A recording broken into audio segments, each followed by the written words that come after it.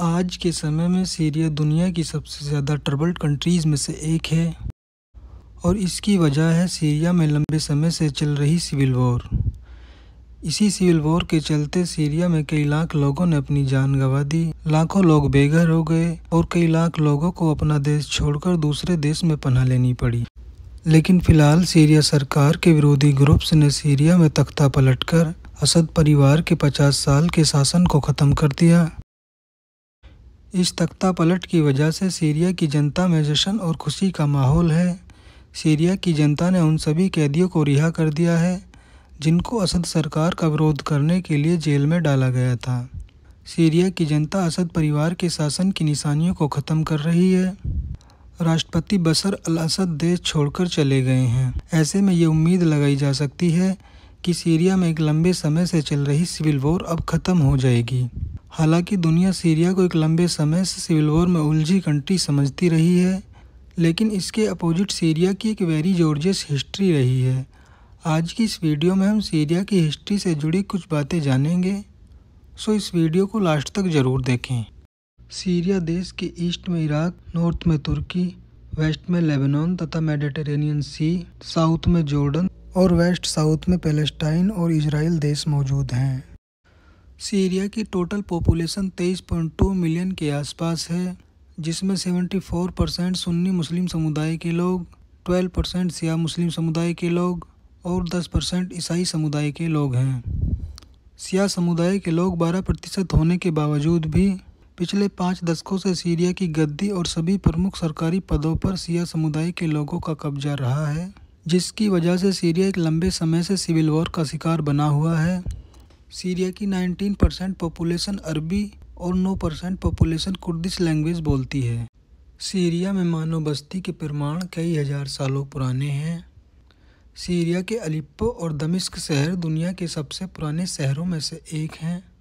इन दोनों शहरों के बारे में ऐसा बताया जाता है, यहाँ जब से बस्तियाँ बसनी शुरू हुई उसके बाद से ये शहर कभी नहीं उजड़े और यहाँ आज भी मध्ययुगीन इमारतें देखने को मिलती हैं।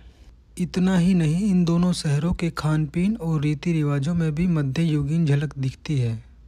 सीरिया के दमिश्क शहर के बारे में मिस्र के इतिहासकारों ने 1500 ईसा पूर्व में अपने लेखों में उल्लेख किया है। दमिश्क दुनिया का सबसे पुराना ऐसा शहर है जो आज भी कैपिटल है। दमिश्क के बाहरी इलाके की कार्बन डेटिंग से पता चला है कि यहाँ लगभग 6500 ईसा पूर्व भी मानव बस्तियाँ मौजूद थी। सीरिया पुराने समय में यूरोपियन देशों के लिए, खास तौर पर यूनानी और रोमन के लिए पूर्वी देशों का दरवाज़ा रहा था। सीरिया से होते हुए ही सिकंदर भारत आया था। सीरिया देश अफ्रीका, एशिया और यूरोप तीनों कॉन्टिनेंट में आने जाने के लिए एक तरह से चौराहे का काम करता है। इसीलिए सीरिया देश का पुराने समय से ही बहुत महत्व रहा है। सीरिया आज़ादी से पहले कई साम्राज्यों के अधीन रहा। यूनानी, पर्शियन और रोमन एम्पायर, रशीदों और उमैयद खिलाफत, इसके बाद सल्जूक और ममलूक एम्पायर और उसके बाद 400 सालों तक ओटोमन एम्पायर के अधीन रहा। ओटोमन एम्पायर के कोलैप्स कर जाने के बाद सीरिया पर फ्रांस ने अपना कब्जा जमा लिया और आखिरकार 17 अप्रैल सन 1946 ईस्वी को फ्रांस से सीरिया को आज़ादी मिली। फ्रांस से आज़ादी के बाद सीरिया की हालत बद से बदतर हो गई और सीरिया की राजनीति एक लंबे समय के लिए उथल पुथल में चली गई। इसी बीच सीरिया में आर्मी का प्रभाव बहुत बढ़ गया और इसी का फ़ायदा उठाकर सीरिया आर्मी के एक हाई रैंक कमांडर हाफिज़ अल असद ने सीरिया पर अपना कंट्रोल जमा लिया और हाफिज़ अल असद 1971 में सीरिया का राष्ट्रपति बन गया। हाफिज़ अल असद ने सीरिया में कुछ डेवलपमेंट ज़रूर किया था, लेकिन वह अपने अपोजिशन वाले सभी दलों और लोगों को दबाता गया और इस तरह से हाफिज़ अल असद एक डिक्टेटर बन गया। हाफिज़ अल असद ने सन 1982 ईस्वी में अपने खिलाफ प्रोटेस्ट कर रहे लोगों पर अंधाधुंध गोलियां चलवाई, जिसमें लगभग 20,000 लोगों की मौत हो गई। इस घटना के बाद हाफिज़ अल असद की खौफनाक डिक्टेटरशिप की शुरुआत हुई। इस घटना के बाद हाफिज़ अल असद की डिक्टेटरशिप सीरिया में और मजबूत हो गई, लेकिन इसके कुछ समय बाद ही हाफिज़ अल असद बीमार रहने लगा और उसी समय हाफिज़ अल असद के बड़े बेटे बासिल अल असद को सीरिया के अगले राष्ट्रपति के रूप में देखा जाने लगा। लेकिन सन 1994 में एक कार एक्सीडेंट में बासिल अल असद की डेथ हो गई। इस घटना के 6 साल बाद सन 2000 में हाफिज अल असद की भी डेथ हो गई। हाफिज अल असद की डेथ के बाद हाफिज अल असद के छोटे बेटे बशर अल असद को सीरिया का नया राष्ट्रपति बनाया गया।